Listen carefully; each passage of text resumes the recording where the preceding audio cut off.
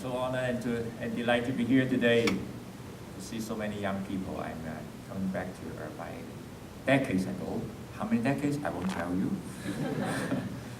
A few days ago, there was a report released by the People for Education. I think a lot of people has read that. It's about career and life planning in schools. In response to the Ontario government initiative about creating pathways to success and education and career life planning program for Ontario schools. I think all of us here understand that from kindergarten to grade 12, you spend 14 years in the public system.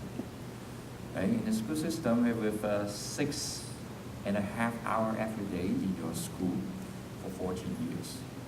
So what do you think about our system is supporting you in your pathway to your career success?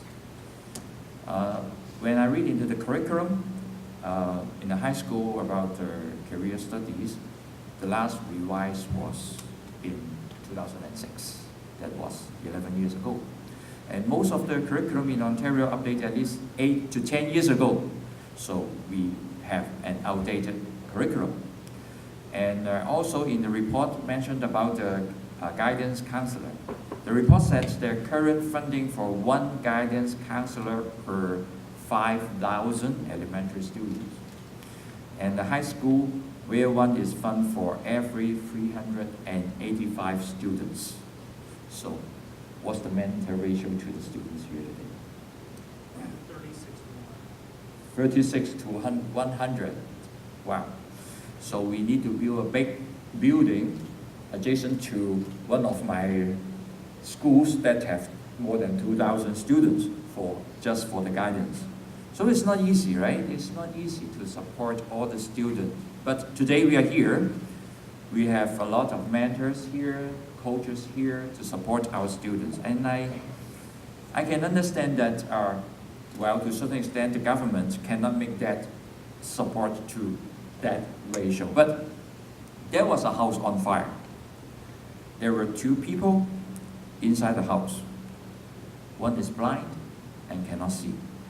One is lame and cannot walk. The lame said to the blind said, "You cannot see. You are not going to make it."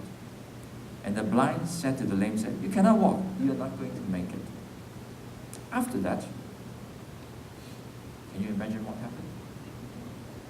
They changed the conversation. Yes.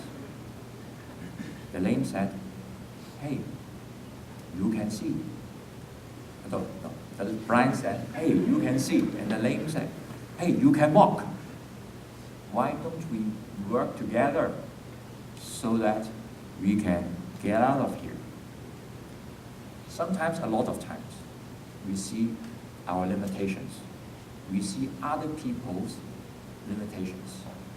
But today we are here to see how much potential we do have.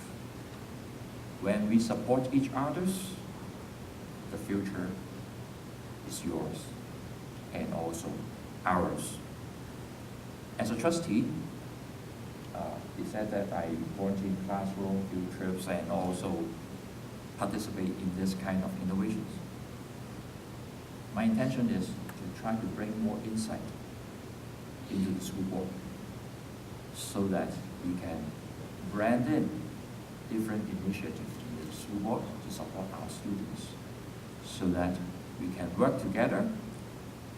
We understand that this is an imperfect world, but when we look at our potentials and opportunities, it will be very different. Before this happened, we sit together, I went to several groups. I shared, I heard, and I listened.